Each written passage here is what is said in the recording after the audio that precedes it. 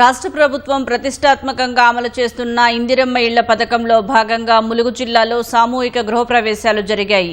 గోవిందరావుపేట మండలంలోని pilot project గ్రామం రాఘవపట్న ఇప్పలగడ్డ గ్రామ పంచాయతీ పరిధిలోని 4,80,00,000 వ్యయంతో నిర్మించిన 98 ఇందిరమ్మ ఇళ్ల సామూహిక గృహప్రవేశాల కార్యక్రమానికి మంత్రి సీతక్క ముఖ్య అతిథిగా హాజరయ్యారు.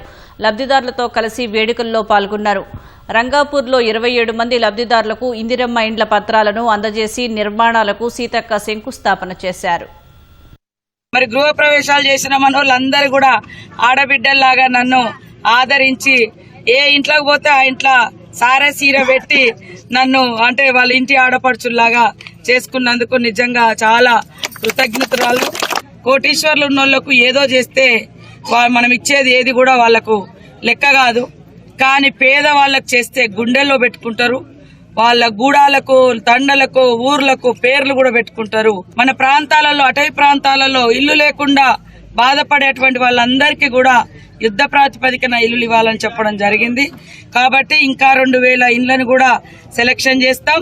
అదే కాకుండా మరి ఐటీడీఏ పరిధిలో కూడా ఇంకా అత్యధికంగా ఇల్లులు తీసుకురావడానికి, ఇల్లు లేని వాళ్ళందరికీ ఇల్లులు ఇచ్చే విధంగా కృషి చేయడం జరుగుతుంది.